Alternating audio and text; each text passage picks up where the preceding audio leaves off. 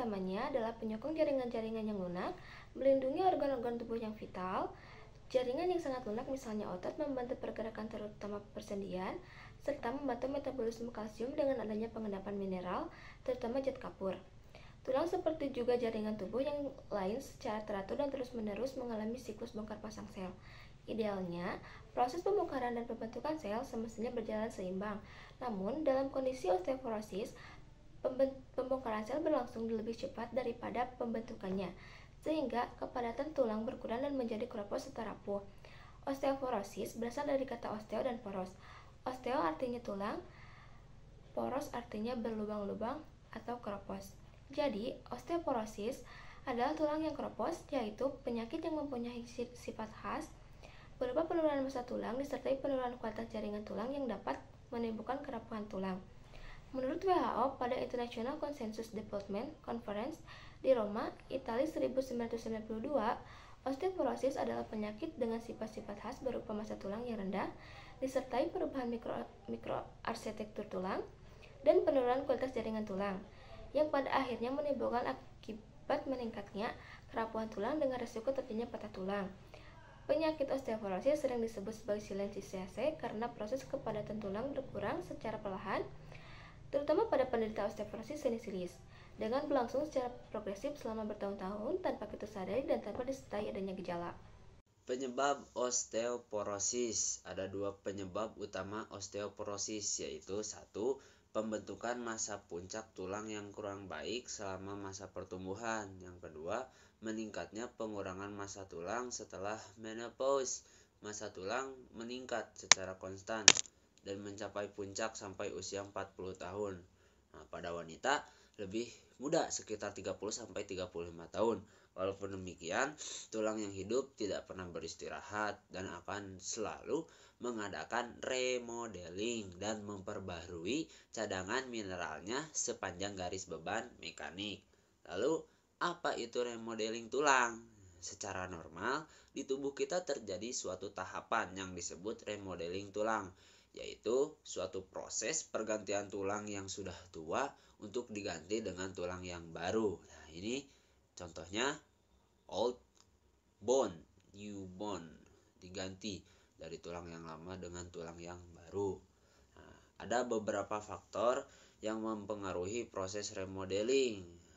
Di antaranya faktor-faktornya itu satu, faktor lokal yang menyebabkan terjadinya suatu rangkaian kejadian pada konsep activation reception formation atau disingkat ARV.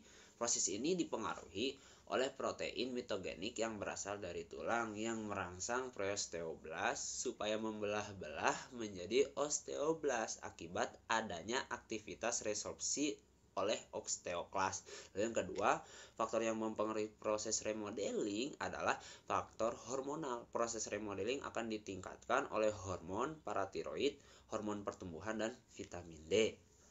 Lalu apa saja sih yang menghambat remodeling tulang? Nah, ada beberapa faktor yang menghambat remodeling tulang.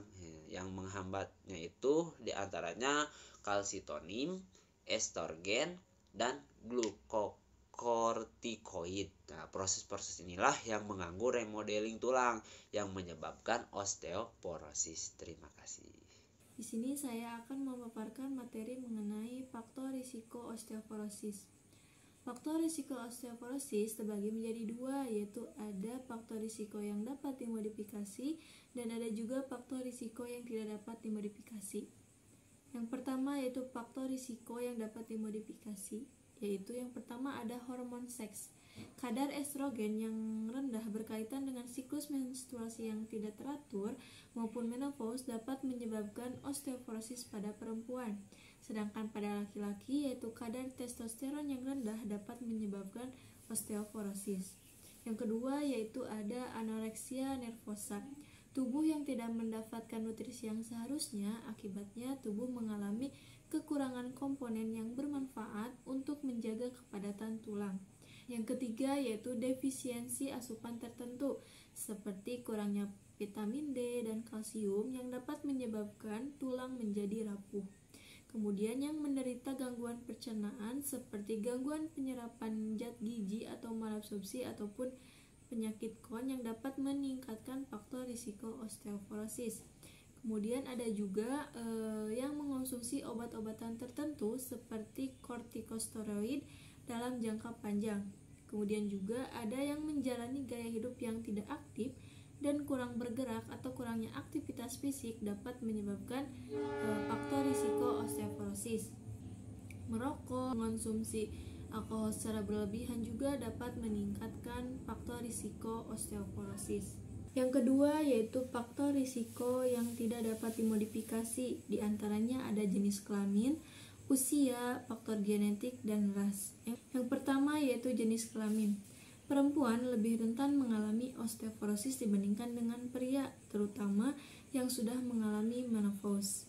Kemudian yang kedua yaitu usia. Dengan bertambahnya usia, umumnya aktivitas fisik akan menurun sehingga beban mekanik akan berkurang sehingga dapat menyebabkan kurangnya massa tulang.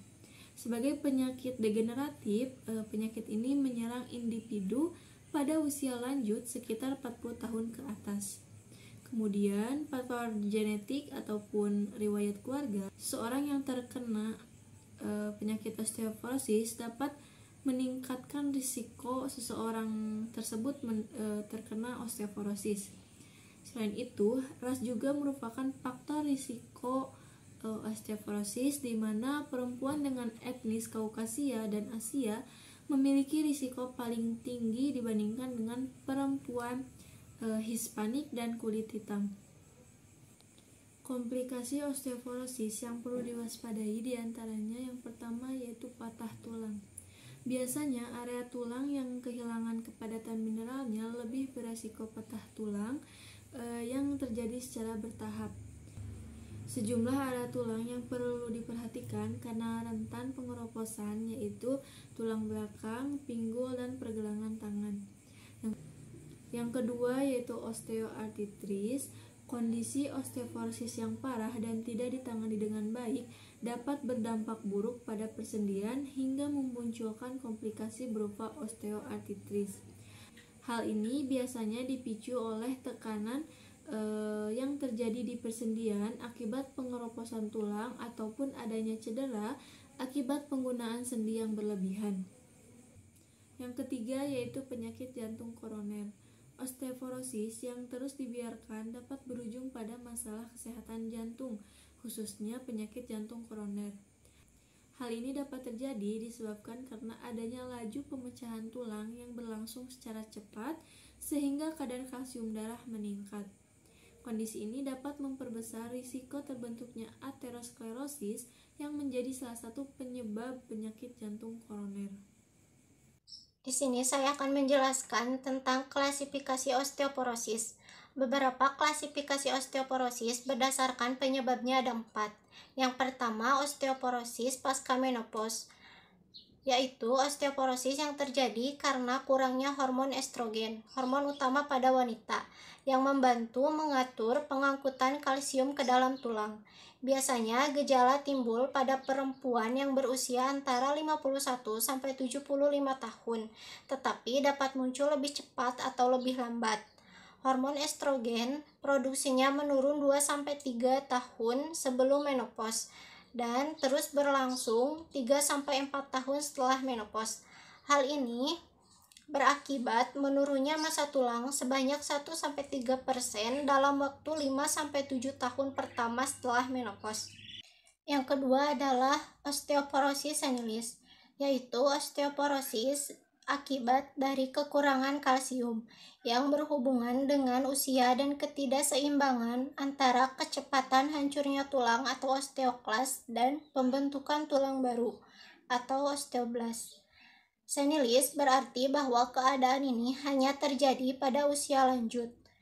Penyakit ini biasanya terjadi pada orang-orang yang berusia di atas 70 tahun dan 2 kali lebih sering pada wanita. Wanita seringkali menderita osteoporosis senilis dan osteoporosis pasca menopause. Ketiga, osteoporosis sekunder. Kurang dari 5% penderita osteoporosis juga mengalami osteoporosis sekunder yang disebabkan oleh keadaan medis atau obat-obatan. Penyakit ini bisa disebabkan oleh gagal ginjal kronis dan kelainan hormonal, terutama tiroid, paratiroid, dan adrenal, serta obat-obatan, misalnya kortikosteroid, barbiturat, anti kejang, dan hormon tiroid yang berlebihan. Pemakaian alkohol yang berlebihan dapat memperburuk keadaan ini. Keempat, osteoporosis juvenil idiopatik merupakan jenis osteoporosis yang penyebabnya tidak diketahui. Hal ini terjadi pada anak-anak dan dewasa muda yang memiliki kadar dan fungsi hormon yang normal, kadar vitamin yang normal, dan tidak memiliki penyebab yang jelas dari rapuhnya tulang. Di sini saya akan menjelaskan tentang gejala osteoporosis. Osteoporosis terjadi secara bertahap dan seringkali tidak diiringi gejala apapun. Namun, saat kepadatan tulang makin berkurang, salah satu gejala yang bisa muncul adalah patah tulang yang mudah terjadi meski hanya terkena benturan atau tekanan ringan. Selain rasa sakit, ketika tulang patah dan retak, penderita osteoporosis juga dapat mengalami gejala seperti berikut. 1. Postur tubuh membungkuk. 2. Penyusutan tinggi badan. 3. Nyeri punggung akibat tulang belakang patah. Pemeriksaan osteoporosis dapat dilakukan dengan cara sebagai berikut. 1. BMD, Bone Mineral Density, atau juga dikenal dengan tes kepadatan tulang, yaitu pemeriksaan yang mengukur densitas atau kepadatan mineral dalam tulang dengan sinar X khusus, CT scan, atau ultrasonografi. Pemeriksaan ini menunjukkan kepadatan tulang saat pemeriksaan dilakukan dan tidak bisa memprediksi densitas tulang pada waktu mendatang. Pemeriksaan yang kedua, kadar kalsium darah.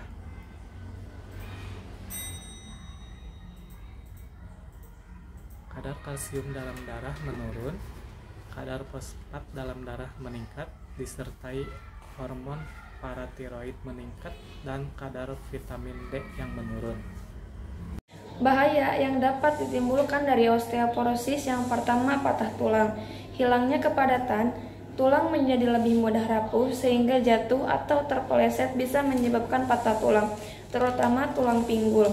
Yang kedua, fraktur kompresi, compression fracture.